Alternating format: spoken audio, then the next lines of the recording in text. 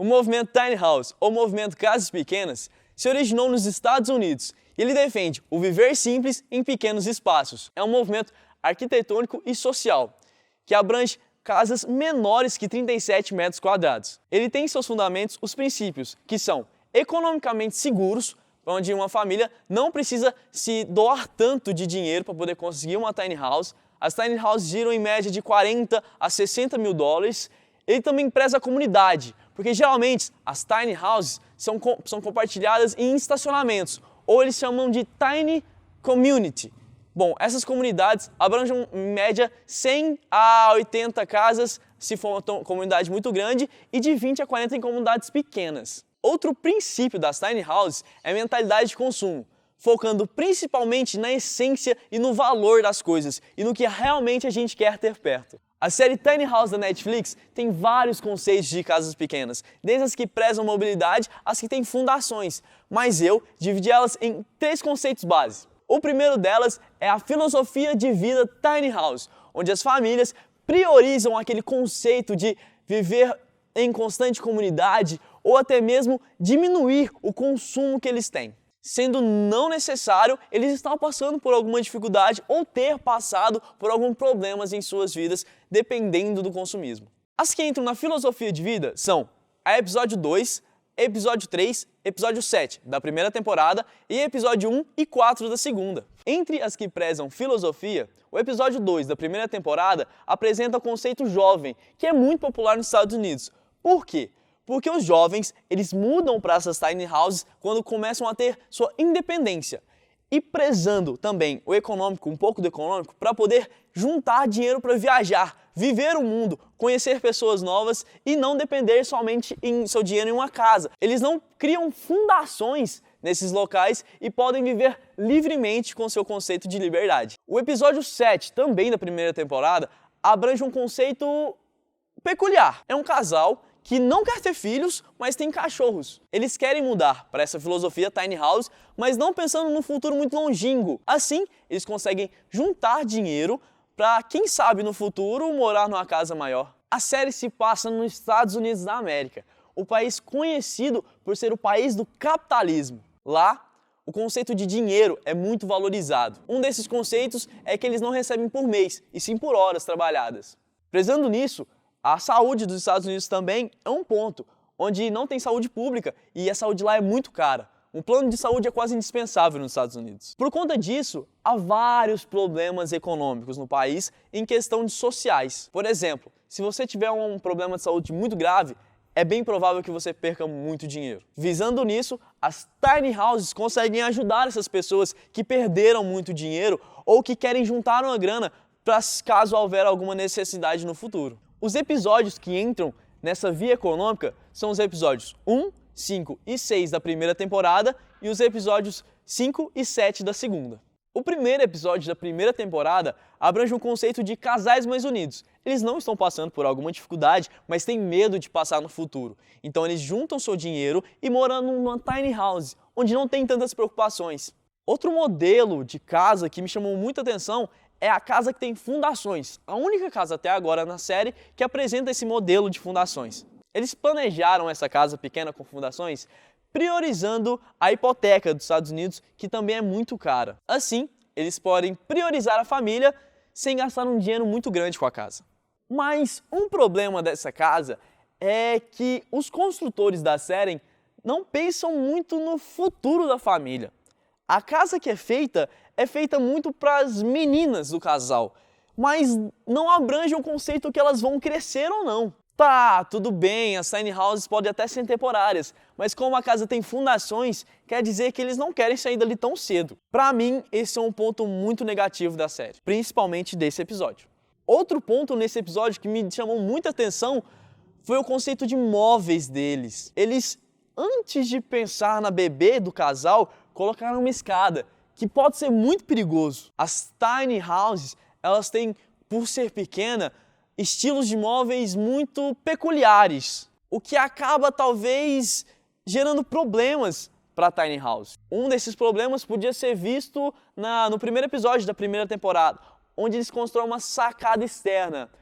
Tudo bem, eles são ótimos construtores, Eles conseguem fazer perfeitamente aquele material visando a segurança. Mas vai saber, né? Se ocorrer algum problema, os custos são maiores. Outro problema desse mesmo episódio é em questão da piscina. Foi uma grande dificuldade colocar uma piscina nessa casa. E por acaso já ser fundada e não ser tão pequena como uma tiny house, será que tinha necessidade mesmo de criar uma casa tão pequena? A casa do episódio 7 do volume 2 também apresenta um modelo econômico um pouco peculiar. Foi construído 2, quiçá 3 casas. Por quê? Porque a casa principal dela, onde ela ia morar, foi queimada. E para não perder o lote, ela teve que construir essas tiny houses no local. Bom, ela fez 2 casas, uma para o filho mais velho e uma para ela e para o filho mais novo, visando que o filho possa mudar. Isso não é um ponto negativo para mim, na verdade é um ponto bem positivo, pensando também na mobilidade da tiny house, mas também visando o econômico. O meu ponto é que, se o filho vai mudar, então talvez ele vai crescer e talvez ele possa mudar um pouco da mentalidade. O que eu quero que vocês me entendam é que a tiny house fixa muito no presente e não visa tanto o futuro. Aqui no Brasil a gente tem o conceito de Minha Casa Minha Vida, onde a pessoa financia uma casa em 50, 60, 72 parcelas para pagar enquanto mora na casa. Bom, esse conceito, alguns falam que a casa não é da pessoa, na verdade é do banco ou do financiador.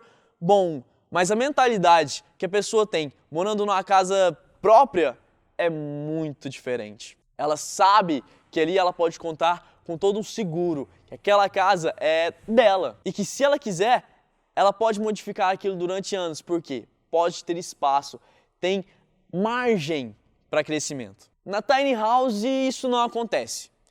Talvez alguma tiny house pode ser até maior, com o pé direito bem alto, mas ela fica muito limitada ao crescimento. No quesito mobilidade, o episódio 4 da primeira temporada, o segundo, terceiro e o sexto da segunda abrangem essa qualidade. Para mim é a melhor qualidade da tiny house. Você não fica preso num lugar. Se você tem a necessidade de viajar, sair daquele local, você não precisa parar uma casa, pagar alguém para ver. Não, você coloca no seu rabicho e leva para onde quiser. O episódio 4 da primeira temporada abrange perfeitamente esse conceito, onde um casal quer simplesmente viver, sair pelo mundo, curtir a vida. Nisso, eles criam uma tiny house que possibilita a eles essa experiência. Por ser uma casa barata, eles podem viver essa experiência e depois simplesmente abandoná-la ou vendê-la. Mas como esse casal é tão junto, já tem essa mentalidade tiny por viver em hotéis, viajando e querer mais conformidade, eles abraçam bem esse conceito. E nisso a tiny house é perfeita para eles. A melhor casa para mim entra justamente nesse sentido. É episódio 3 da segunda temporada, onde um bombeiro voluntário teve sua casa incendiada num dos maiores incêndios dos Estados Unidos. Bom, por que ela é a casa perfeita para mim? Ah, Igor, os móveis? Nada a ver. A série é perfeita em móveis. Geralmente são feitos de madeira, o que possibilita um grande leque para a série. Ah, Igor, então, quiçá o local? Não, o local não me agrada, por ser justamente um local com muitos incêndios. E a casa é praticamente inteira feita de madeira. Então, Igor, por que você gosta tanto dessa casa? Bom, eu gosto dessa casa pelo simples fato do conceito. O conceito que, se o local que eles amam e que eles querem ficar pegar fogo, eles terem que sair rápido, eles conseguem. O bombeiro voluntário, ele é uma ótima pessoa. Ele teve sua vida praticamente inteira destruída. A sua história, a sua base, destruída em questão de minutos, com chamas de 20 a 30 metros de altura. Nisso, as tiny houses me ganham perfeitamente. O simples conceito de mobilidade. Caso algo aconteça, ele consegue sair dali e preservar toda a sua história da sua família. Focando agora nessa casa, a gente tem um conceito de rapidez na construção. Por que eles necessitavam tanto dessa rapidez? Bom, a casa dele foi incendiada. Eles estavam morando ou de favor ou em hotéis, o que saía um pouco caro para ele. Nisso, ele precisava de uma casa rápida. Outro episódio da série abrange mais isso, onde eles vendem a casa e precisam de 5 dias para mudar. Nessa casa eles tiveram um pouco mais de tempo, mas ainda assim priorizando na rapidez da construção.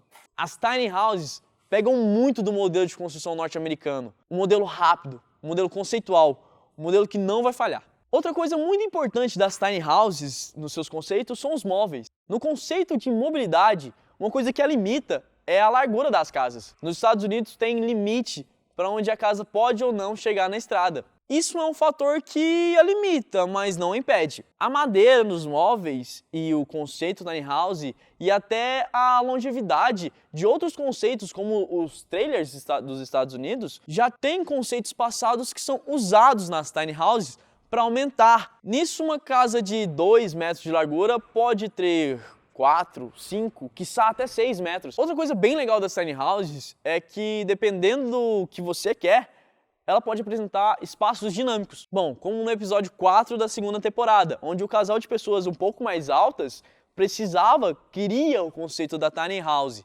Nisso, o pé direito foi lá para cima. Eles queriam tanto o conceito quanto o tamanho.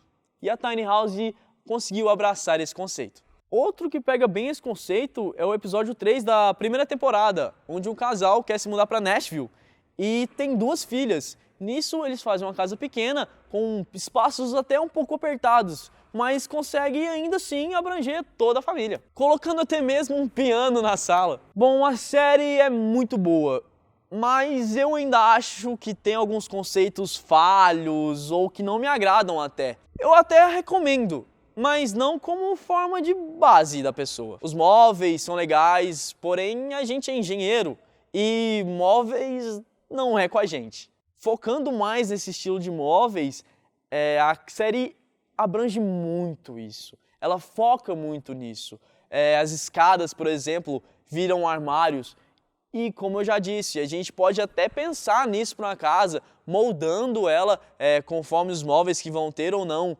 Mas o conceito de móveis deles surge de um problema, onde a casa já está sendo construída e já está quase finalizando. E eles fazem esse problema virar uma solução rapidamente. Por isso, uma nota que eu daria para a série é 8, 7,5 de 10. Talvez um pouco os episódios.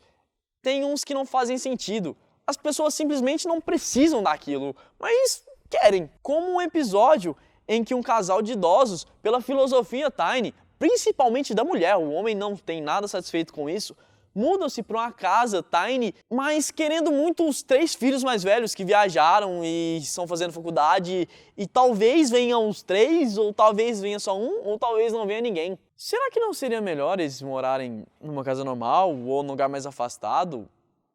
Não sei, eu acho muito falho. Porém, é um conceito, é uma arquitetura e é um meio social.